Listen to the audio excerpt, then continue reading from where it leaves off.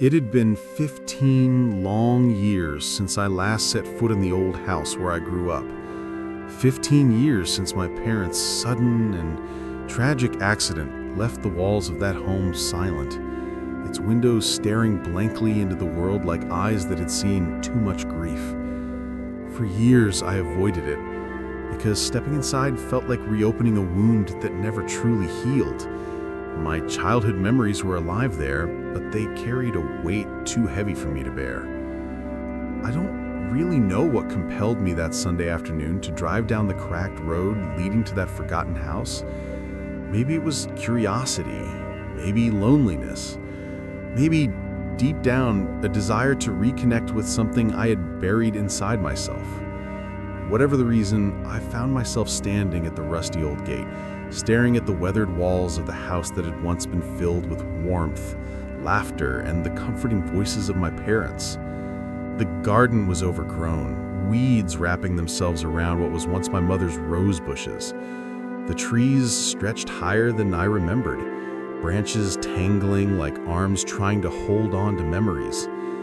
I walked slowly through the yard, my footsteps crunching over dried leaves. Every corner whispered echoes of the past, the summer days I used to play ball with my father, the evenings when my mother would call me in for dinner, her voice filled with love. I was lost in those thoughts when I suddenly heard it. A sound. A faint, trembling cry. At first, I thought it was nothing more than the creak of the wind brushing through the trees. But then it came again, a sound that was undeniably alive. It was soft, high-pitched, fragile, almost like the cry of a kitten.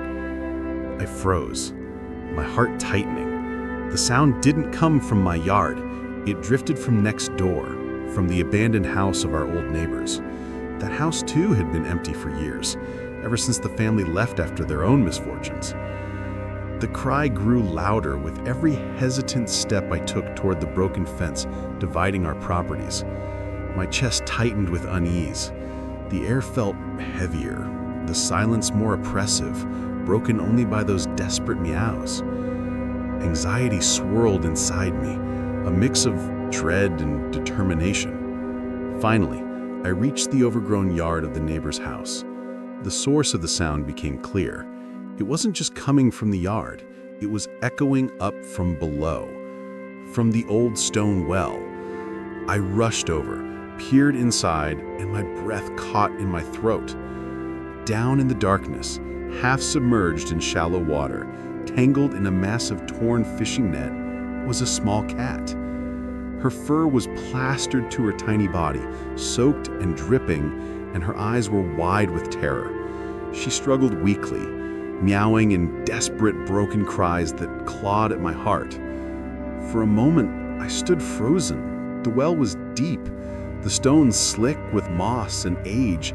My mind raced with fear. How could I possibly get her out? Then I remembered the old storage shed at my parents' house. If time hadn't completely consumed it, there should still be some tools, maybe even a ladder.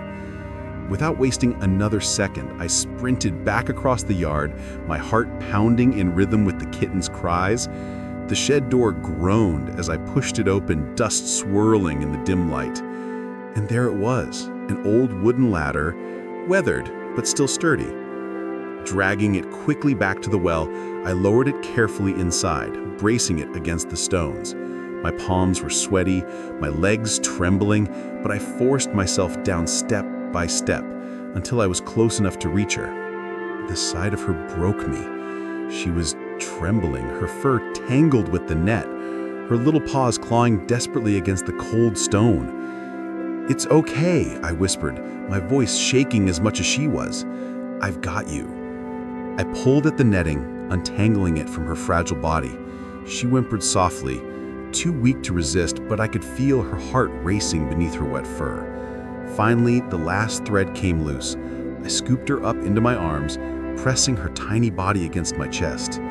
She was freezing. Her meows were faint, almost just whispers now. I held her tighter, shielding her with my body as I climbed back up the ladder.